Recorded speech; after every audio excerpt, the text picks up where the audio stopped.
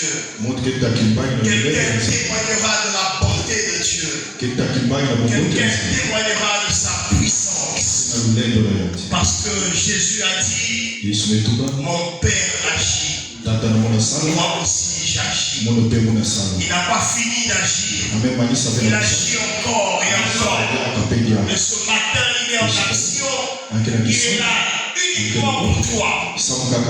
Alléluia. Que quelqu'un dise, Jésus est là pour moi ce matin. Est-ce que tu le crois? Répète-le encore avec force. Jésus est là pour moi ce matin. Que cela soit ainsi et qu'il te bénisse. Alléluia.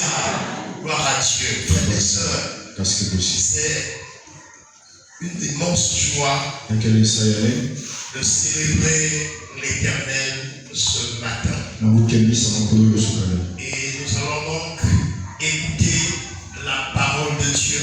Et nous prions qu'elle nous apporte encore réconfort et édification. La parole de Dieu, c'est le fondement de la vie chrétienne. C'est sur la parole que nous construisons nos vies.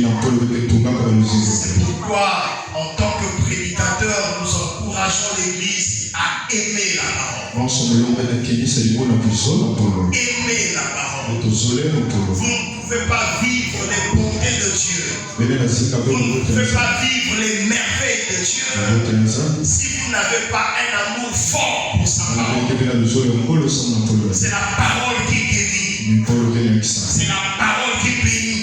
N'oubliez pas, mes frères et sœurs, la Bible déclare que tout ce qui existe, que ce soit dans le ciel, sur la terre, dans les mers, dans les villes des abysses, tout ce qui existe est créé. C'est la parole qui apporte les nouvelles choses. Au moment où la terre était informe et vide, Dieu a prononcé la parole.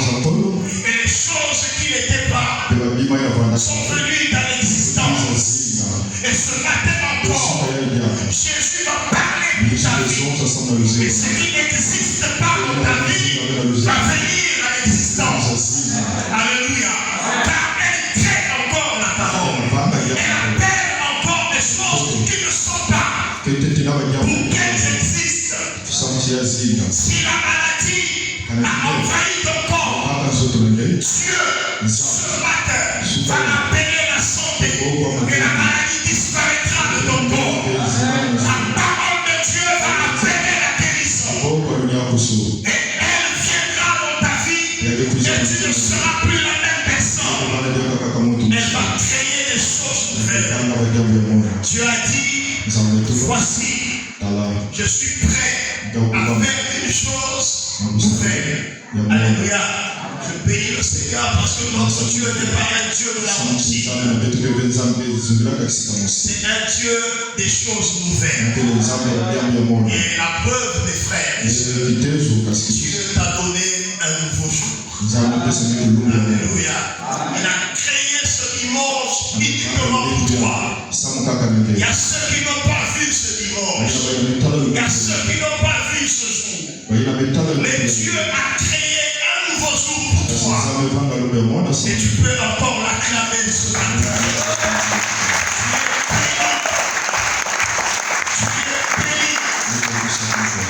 Amen. Alors, frères et sœurs, la parole de notre Seigneur ce matin, c'est dans la poursuite de notre enseignement. Nous parlons du fruit de l'esprit que nous avons commencé à étudier. Cela fait déjà quelques semaines. Parlons du fruit de l'esprit que l'apôtre Paul a enseigné dans le livre de Galates au chapitre 5. Nous n'allons pas encore revenir sur ce que nous avons déjà dit. Pour ceux qui sont fidèles et présents à l'église, nous avons expliqué beaucoup de choses. Et le dimanche passé, nous avons commencé à parler du fruit de l'esprit. Et nous avons dit que le fruit de l'esprit, que lorsqu'on parle du fruit de l'esprit, ce n'est pas la liste des qualités à imiter. Le fruit de l'esprit, ce n'est pas une liste des qualités à imiter. La liste des choses que nous devons faire. Non. Amen. Parce que nous avons dit le fruit de l'esprit, c'est nous. Amen. Donc ce n'est pas une liste des qualités à imiter ou des choses à faire. Mais le fruit de l'esprit, c'est la description de ce que nous devenons, de ce que nous devons devenir. Est-ce que nous comprenons? Ne regardez pas le fruit de l'esprit comme si vous étiez dans un jardin et que chaque jour vous devez cueillir les fruits. Non. Mais le fruit de l'esprit, c'est la description de ce que nous, enfants de Dieu, nous devenons. Si et seulement si nous restons attachés, connectés à la racine, qui est le Saint-Esprit. Nous avons dit que nous sommes l'œuvre du Saint-Esprit.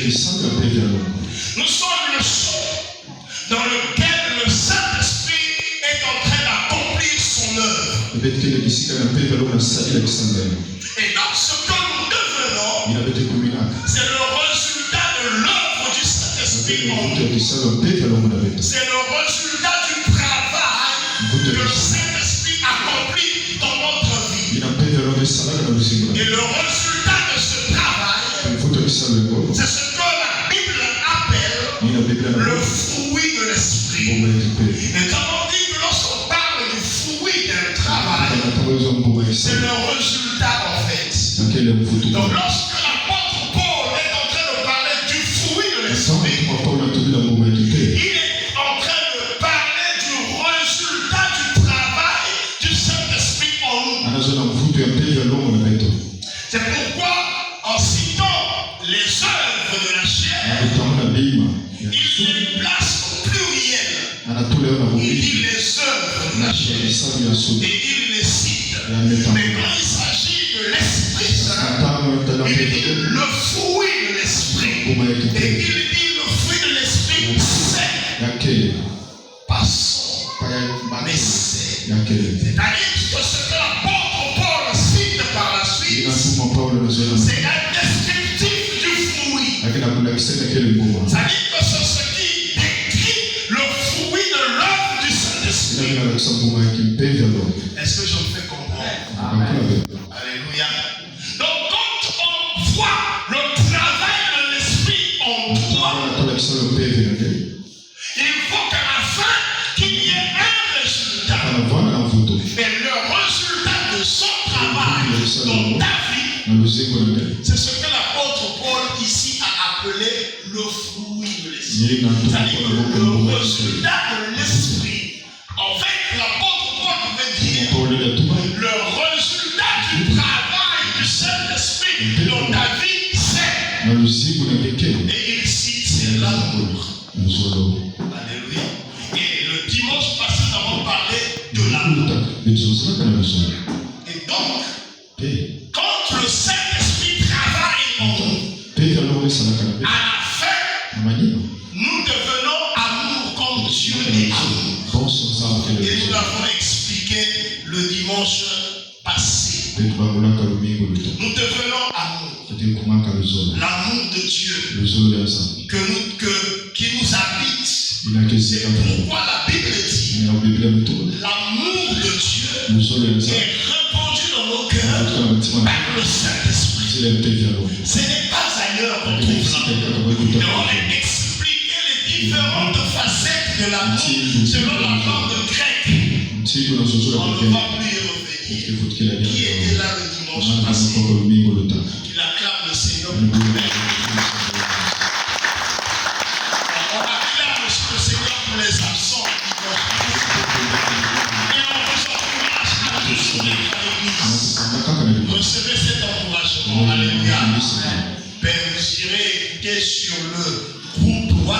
écouter le message du dimanche passé. Bien-aimés dans le Seigneur. Donc nous devenons amour. C'est pourquoi vous comprenez la profondeur de ce que le Christ disait, qu'il est avantageux pour vous que je m'en aille. Et que vienne le consolateur. Que vienne le Saint-Esprit. Quand il vient, il va vous enseigner des choses. Et quand le Saint-Esprit vient, il enseigne et il nous transforme pour que nous devenions comme lui. Et nous avons dit que le but du Saint-Esprit, c'est de nous donner la nature de Jésus. Que nous ayons les mêmes pensées qu'avec le Christ, les mêmes sentiments, les mêmes motivations. C'est-à-dire nous devenons des Jésus. Alléluia. Tu viens à l'église pour être comme Jésus. Et pour le faire, Jésus a dit dans Jean 15, le verset 4, que si vous demeurez en moi, comme le sarment est attaché au cep, vous produirez le fruit. Est-ce que quelqu'un le comprend?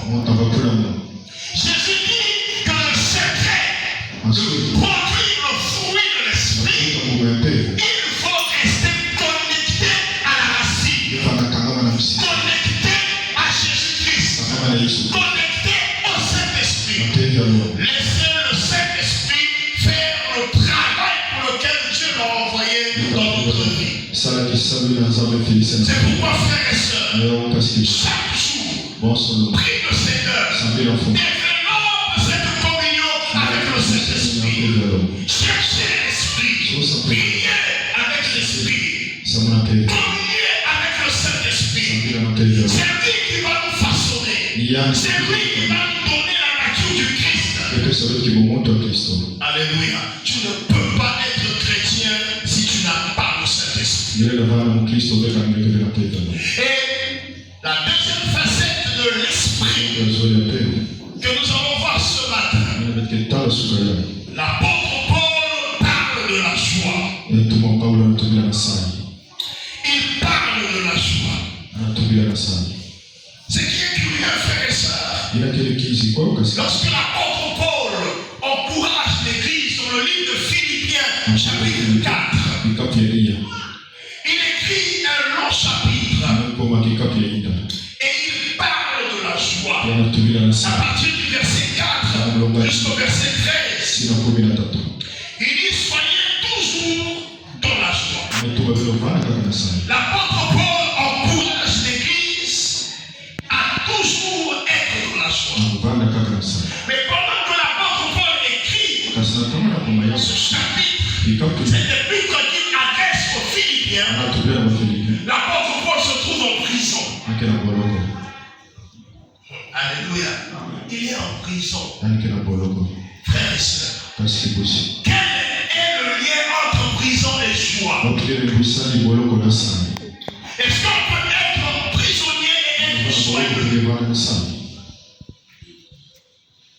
C'est pourquoi les soldats romains ne comprenaient pas l'apôtre Paul. Les prisonniers joyeux, des gens à qui on a donné des coups, mais qui sont dans la joie. Ils ne sont pas dans la joie parce qu'on leur a frappé, parce qu'ils ont reçu le coup. Mais ce qui produisait la joie dans leur cœur, c'était une autre chose. La joie dont parle l'apôtre Paul ici, qui caractérise le fruit de l'esprit, n'a rien à voir avec le bonheur.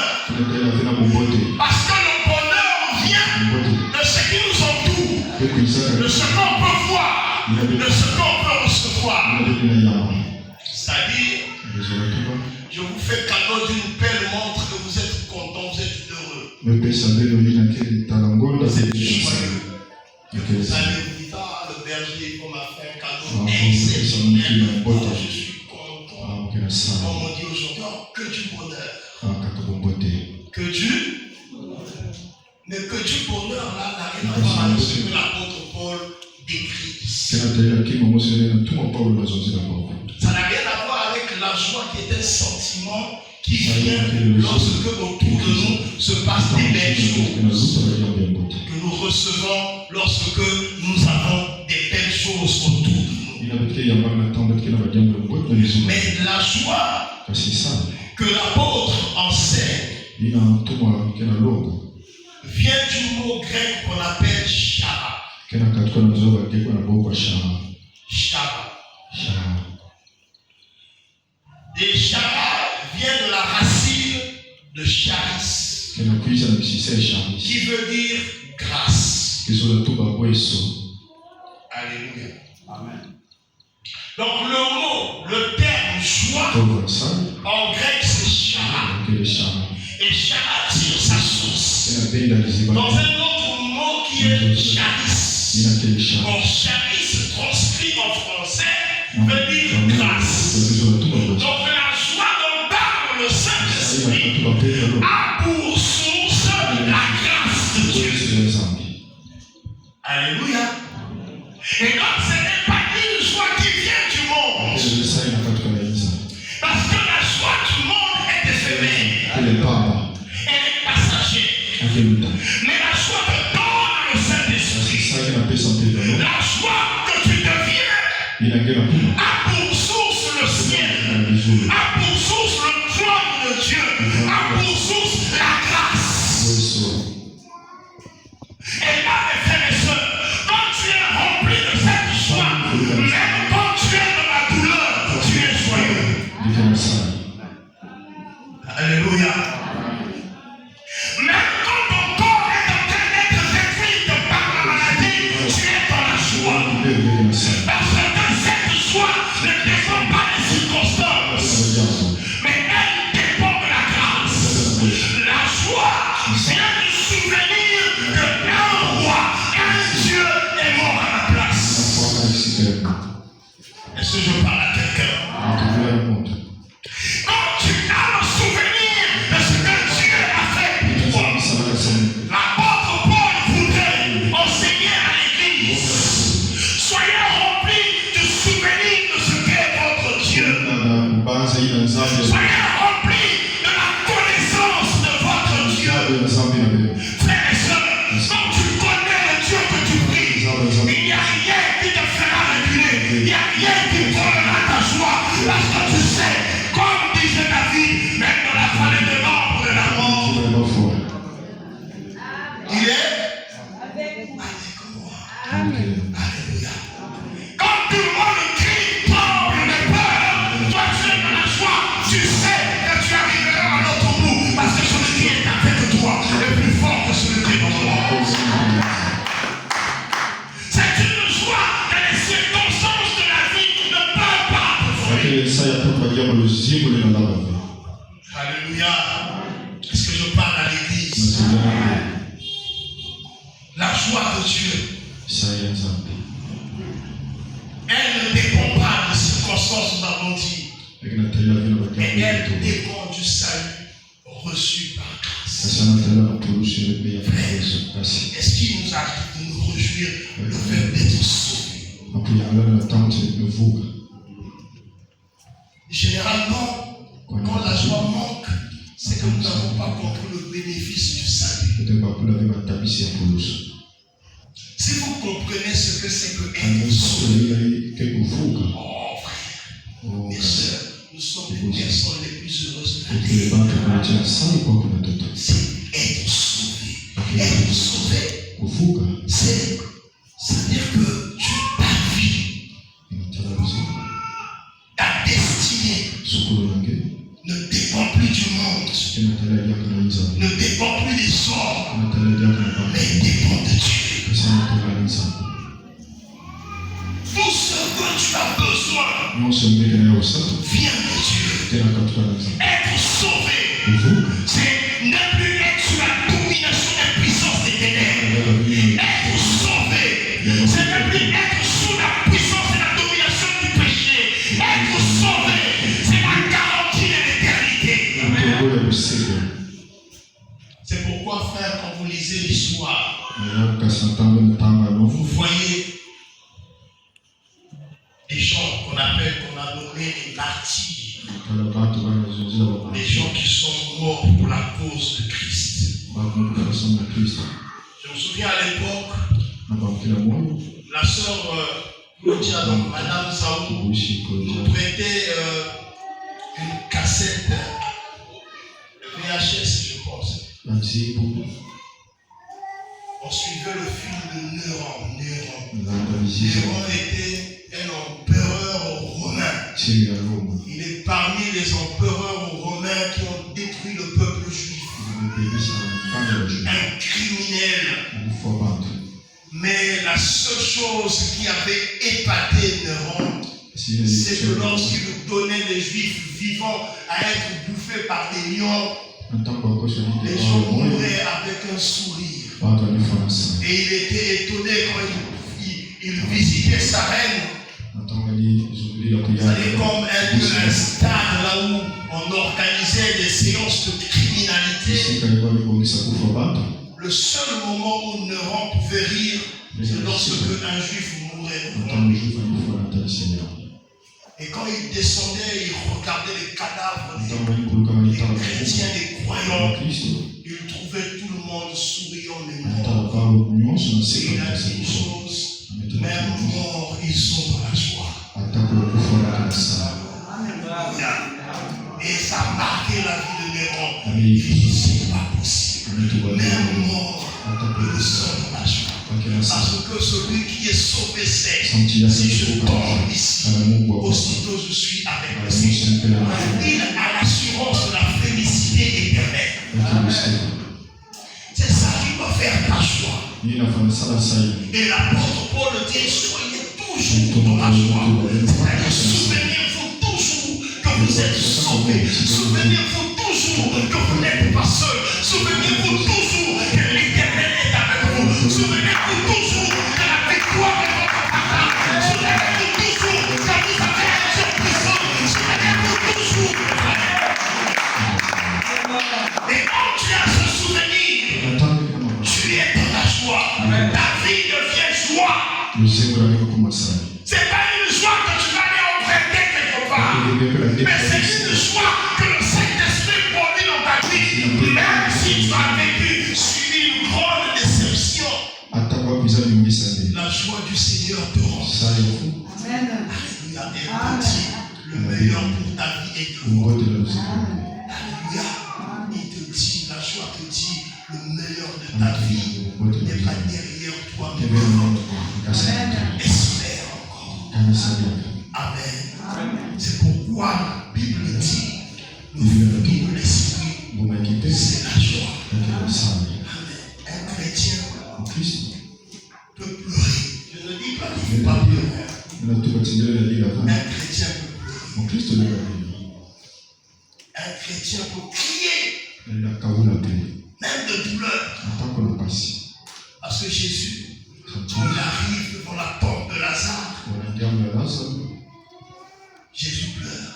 Et les Juifs disent, regardez comment il est né. Il a pleuré. Amen. Parce que là où il y a les pleurs, cela ne fait pas disparaître la joie. On peut pleurer et être joyeux. Jésus a pleuré. Mais tellement que la joie a habité Jésus, tellement de joie. La joie lui a fait dire, Père, je sais que tu m'as toujours exaucé. Alléluia. Il savait que son père était capable de sortir Lazare dans le tombeau, même s'il faisait déjà 40 jours. Et quand il a crié, Lazare sort. Lazare est sorti. Je te dis ce matin, si tu es dans la joie qui vient de la grâce et du salut, ta maladie va partir sur lui. Est-ce que quelqu'un croit avec moi que nous allons prier ce matin et la joie du Seigneur va le suivre? Sois dans la joie parce que ce matin, la maladie ne t'empêchera pas de vivre le miracle. La joie du Seigneur. Et la Bible dit, joie du Seigneur est notre force. Elle est notre force. La joie, c'est ce qui a permis à Jésus d'endurer la croix, de supporter la croix.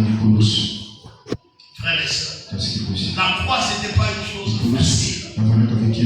S'il y avait le pire moment que tout homme pouvait redouter, c'était de passer par la croix. Mais le livre des Hébreux, nous allons le lire au chapitre 12. Hébreux chapitre 12. Nous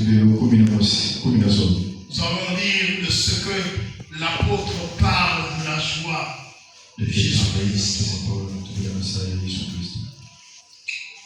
Hébreux chapitre 12. Et je vais lire à partir du verset 2. Ayant les regards sur Jésus, qui suscite la foi et l'amène à la perfection en échange de la joie qui lui a été réservée. Il a souffert la croix, méprisé l'ignominie et s'est assis à la droite du trône de Dieu. Amen. C'est-à-dire que Jésus supporte la croix avec joie. Il accepte la souffrance de la croix avec joie. Est-ce que vous savez quelle était la source de la joie de Jésus? Pourquoi Jésus se porte volontaire de mourir à notre place, de subir la croix, de souffrir comme un brigand? L'apôtre dit, il était dans la joie. Parce que Jésus savait qu'au-delà de la croix, il y avait une résurrection. Alléluia. Jésus voyait plus loin que la souffrance qu'il pouvait endurer. Jésus voyait plus loin que les circonstances qui étaient autour de lui. Il savait que la prophétie disait que le Dieu Tout-Puissant ne laisserait jamais son corps connaître la corruption. Alléluia. Jamais le corps de Jésus pouvait connaître la corruption. Jamais. Jésus le savait. Le diable prenait cela pour une défaite. Mais Jésus savait que la croix était une victoire. Et il était animé d'une joie de mourir pour nous, mes frères et sœurs, de subir le châtiment à notre place. Parce qu'il savait qu'au-delà de ses souffrances, une place lui est réservée. Une gloire lui était réservée. Un honneur lui était réservé. Un nom puissant lui était réservé. Une grandeur lui était réservée. C'est pourquoi je te dis, mon frère, je te dis, ma soeur, que si tu supportes la souffrance que tu connais aujourd'hui avec la joie de Dieu, tu as la victoire. Une gloire t'est réservée. Un honneur t'est réservé. Parce que notre Dieu s'est honoré ses enfants. Il dit, je porte celui qui vous porte. Alléluia. Soyez dans la joie. Ne laissez pas les circonstances de la vie vous détruire. Dieu nous a donné la joie afin que nous ayons l'espérance de la vie éternelle.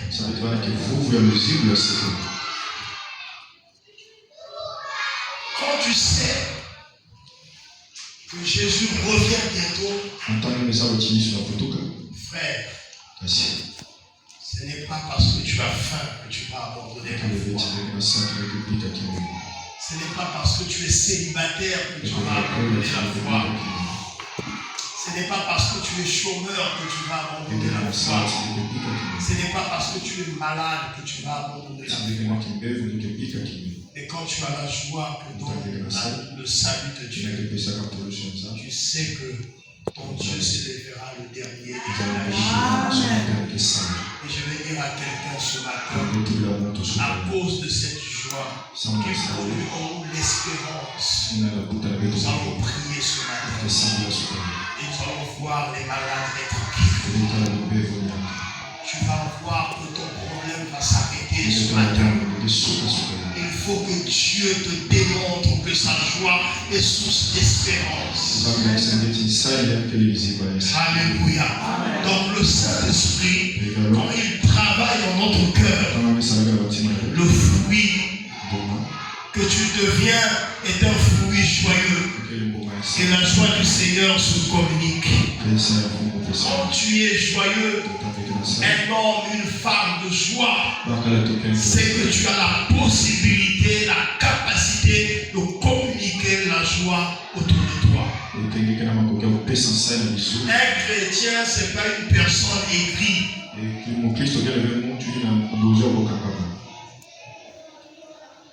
Un chrétien, c'est-à-dire qu'on a adopté des attitudes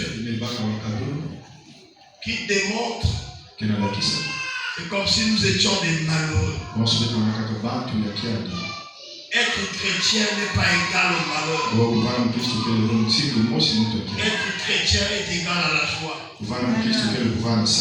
Frères et sœurs, soyez dans la joie avec des enfants. Amen.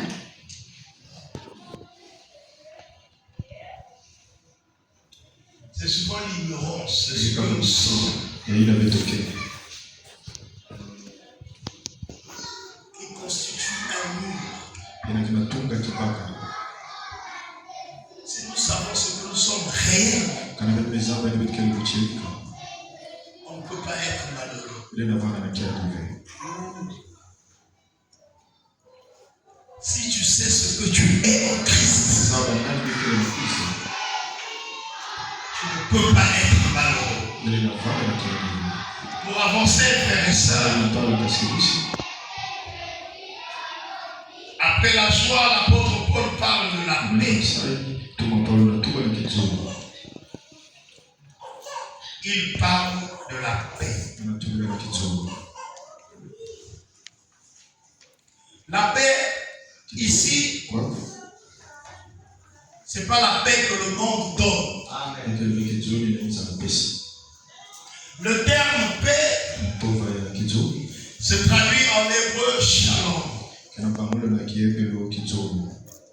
Shalom, ce n'est pas l'absence de la guerre. Mais shalom, c'est une attitude intérieure que donne le Saint-Esprit. C'est-à-dire que shalom, c'est comme un tranquillisant intérieur. C'est-à-dire tout peut s'agiter autour de toi, mais au-dedans de toi, il y a le shalom. Alléluia. Jésus dans la barque avec les disciples, il vente, il souffle un vent violent. Jésus dormait. Alléluia. Jésus dormait. Il était calme. Au milieu de troubles et de circonstances compliquées, lui il dort. Les disciples regardent. Ils ont essayé parce qu'ils connaissaient bien la mer. Ils n'ont pas pu. Mais ils regardent bien, ils regardent. Jésus dort. Il va vers Jésus et dit, mais Jésus, tu ne vois pas qu'on va mourir. Le bateau est en train, la barque se remplit. Nous allons bientôt chavirer. Jésus dort. Vous savez pourquoi Jésus dormait? Parce qu'il est le shalom. Alléluia. Il savait qu'aucune circonstance n'était au-dessus de lui. Alléluia. Il est le shalom parce que dans le livre d'Apocalypse, Jésus est appelé le shalom. Quand le Saint-Esprit habite dans ta vie, il travaille dans ta vie, il met dans ton cœur le shalom.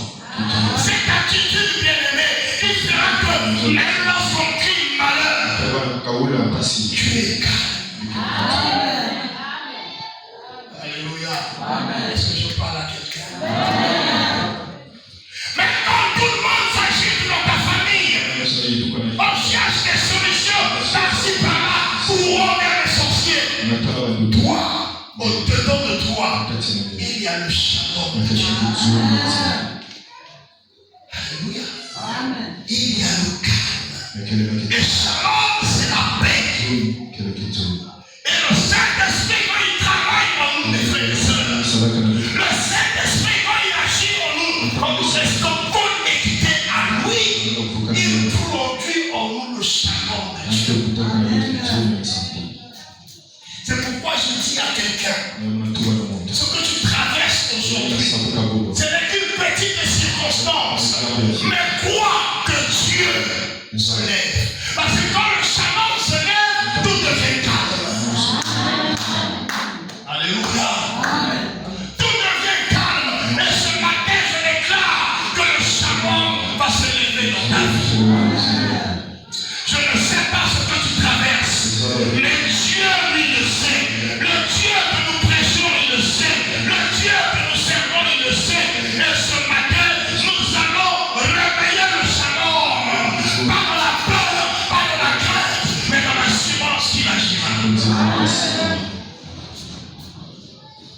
Le chrétien, l'enfant de Dieu, vit dans le shalom. Quand Jésus parle, il calme la tempête. Il calme les eaux. Les disciples eux-mêmes se sont posé la question. On a chanté tout à l'heure, j'aime bien cette chanson. Que laisse tort. Amen.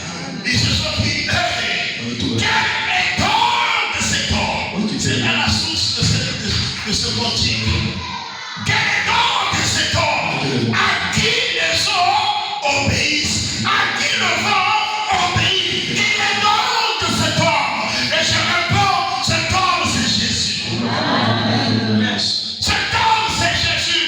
C'est le Fils de Dieu que Dieu a donné pour apaiser tout, pour rendre tout calme dans ta vie. Alléluia. Quand le diable s'agite, quand le chant se présente, le diable se tait dans ta vie. Alléluia. Philippiens chapitre 4, le verset 16.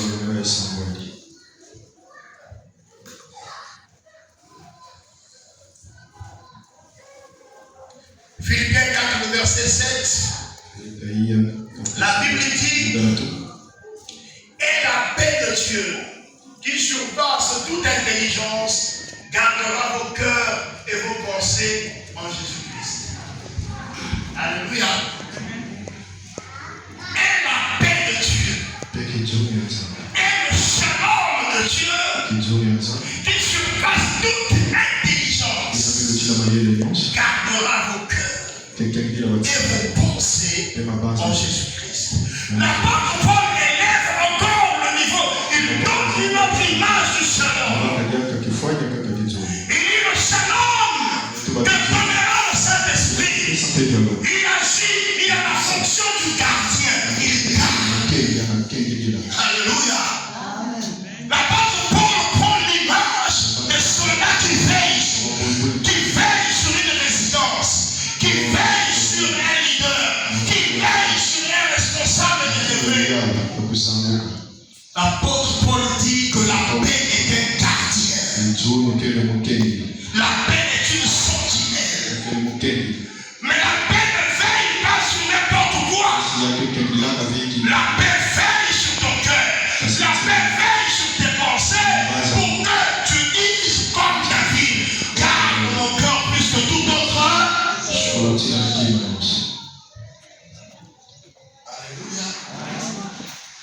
Un cœur qui a pour sentinelle le shalom est un cœur qui obéit.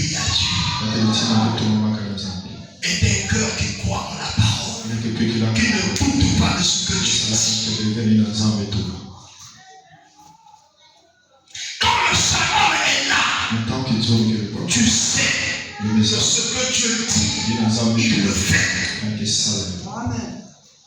Si Dieu a dit j'aurai un enfant, même avant d'aller dans la tombe, même avant de m'enterrer, je vais me réveiller pour faire mon enfant et repartir dans la tombe. Parce que Dieu a dit j'aurai un enfant. Alléluia. Si Dieu a dit tu travailleras, peu importe l'âge, faire le travail, ce n'est pas toujours avoir un contrat dans une entreprise. Le travail, c'est exercer tes mains. Dieu te donnera un projet. Dieu t'inspirera quelque chose à faire et tu gagneras ta vie.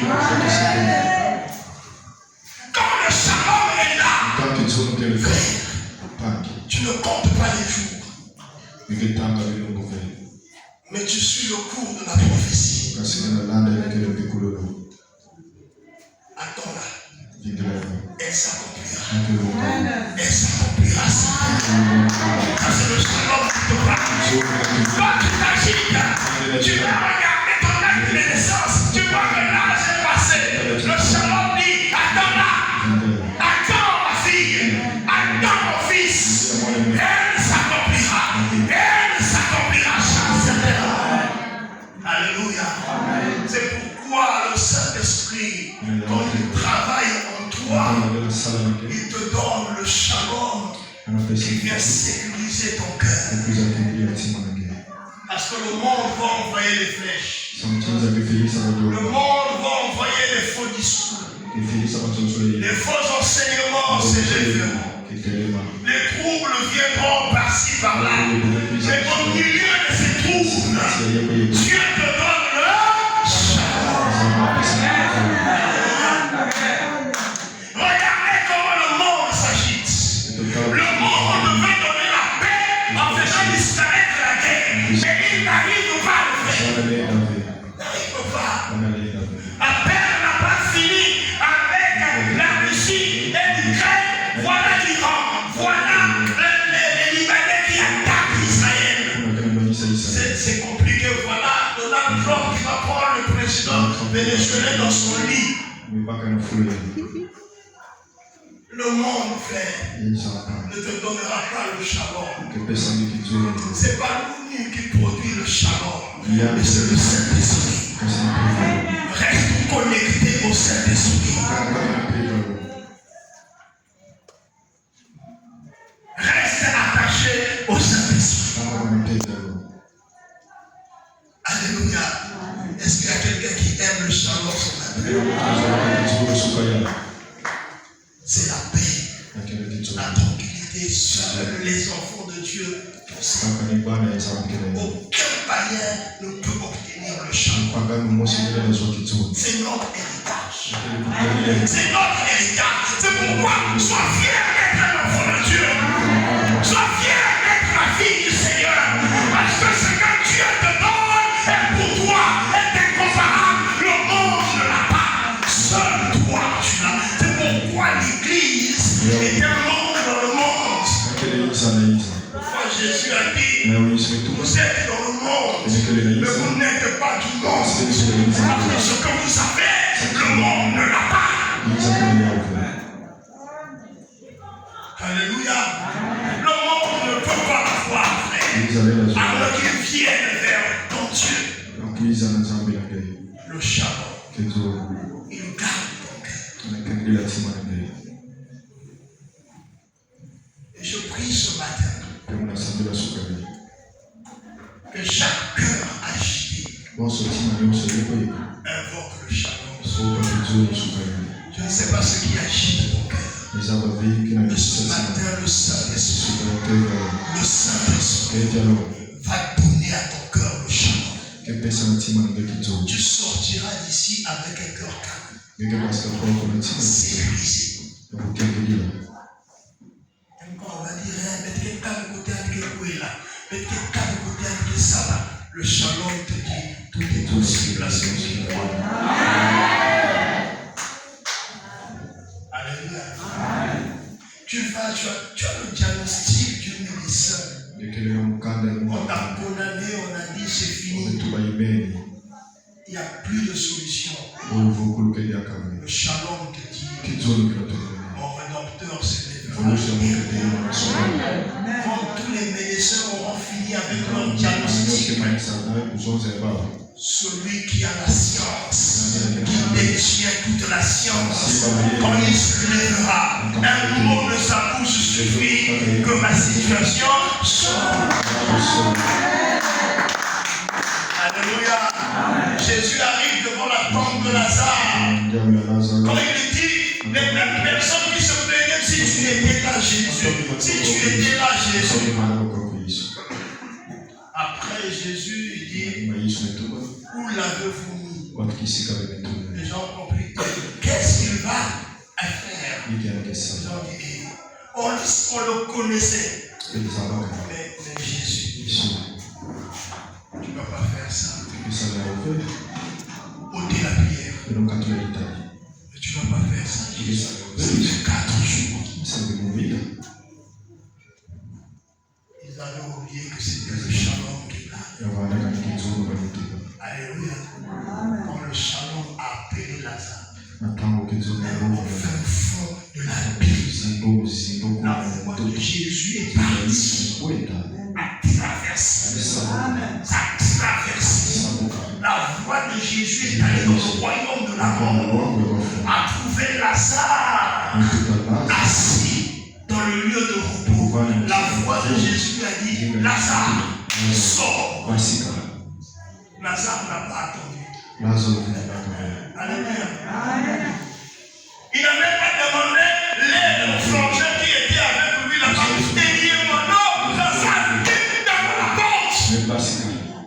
On ne sait pas qui l'a poussé. On ne sait pas qui l'a conduit là. L'homme le mort se présenta. Bon, parce qu'il a entendu la voix du shalom. Et ce matin, ta situation va entendre la voix de Jésus. Le shalom va parler à ton problème et tout va changer. Je veux que tu sortes de ce lieu ce matin différent.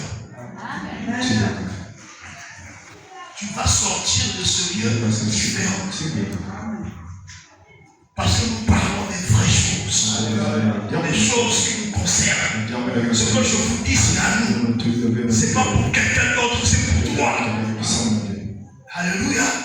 C'est pourquoi, frères et sœurs, quand tu deviens le fruit de l'esprit, t'es une autre personne. Tu es insaisissable. Comme quelqu'un disait, tu es inliamable. Alléluia. Parce que ce fruit-là, seul Dieu le mange. Nous allons prier. Quelles sont tes peurs, tes craintes? Mais le shalom sécurise ton cœur et tes pensées. Il est la sentinelle qui veille sur toi. Shalom a pour mission de garder le trésor de Dieu en toi. Shalom a pour rôle, mission de veiller sur ton cœur. Car ton cœur est un trésor. Je ne sais pas quelles sont tes peurs. Tu te dis peut-être que tu as déçu Dieu et tu penses que Dieu t'a tourné le dos, mais je te dis, Shalom te ramène à la maison.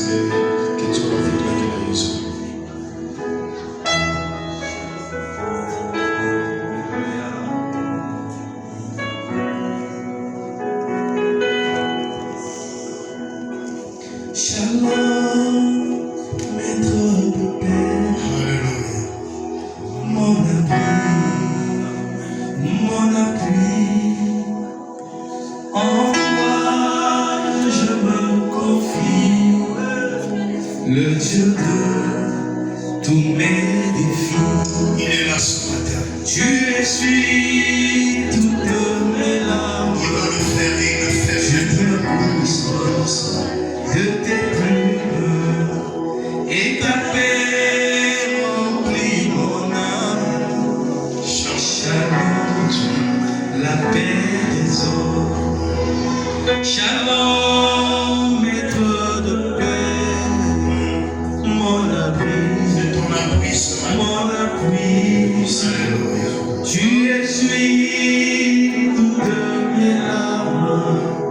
tu me couvres de tes plumes et ta paix remplit mon âme.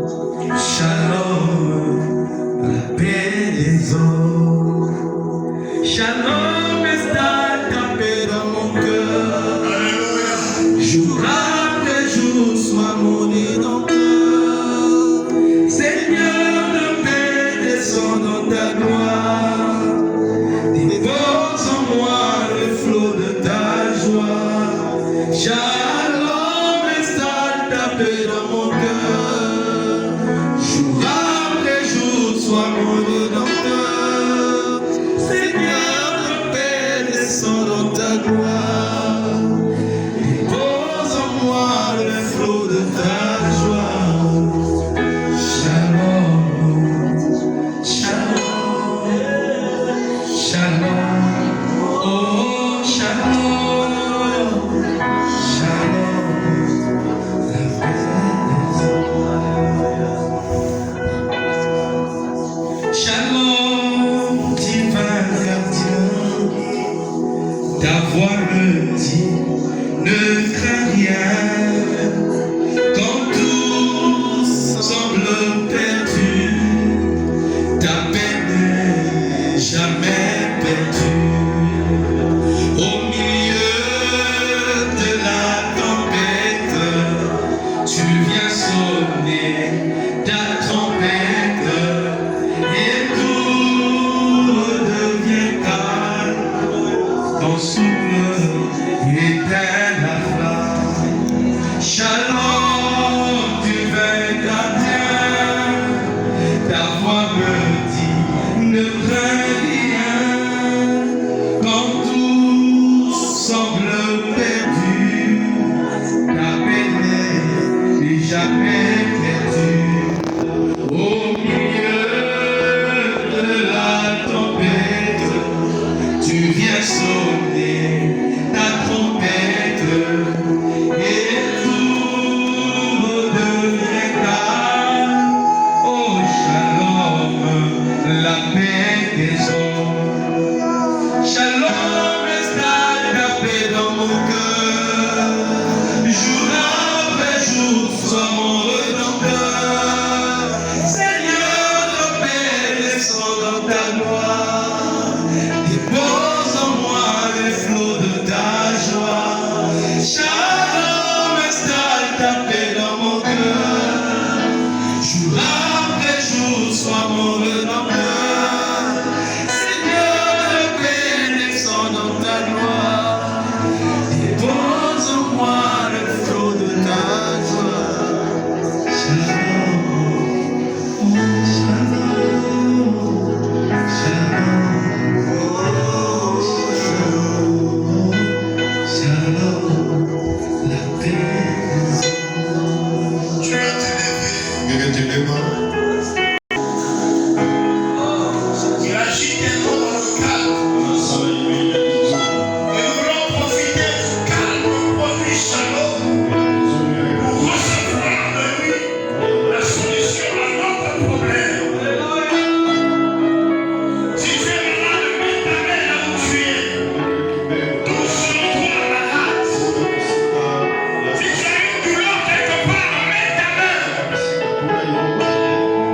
Tu as un problème qui te tracasse, mets ta main sur le cœur. Shalom va être le gardien. Ici et maintenant, il agit. Shalom. Seigneur, je prie ce matin. C'est maintenant, Seigneur. Voici ton peuple. Voici tes enfants. Shalom. Nous prions, Jésus, toi le shalom des hommes. Toi qui apportes le guérison. Toi le shalom qui apporte paix et calme. Toi le shalom qui apporte la réalité. restauration. Je te prie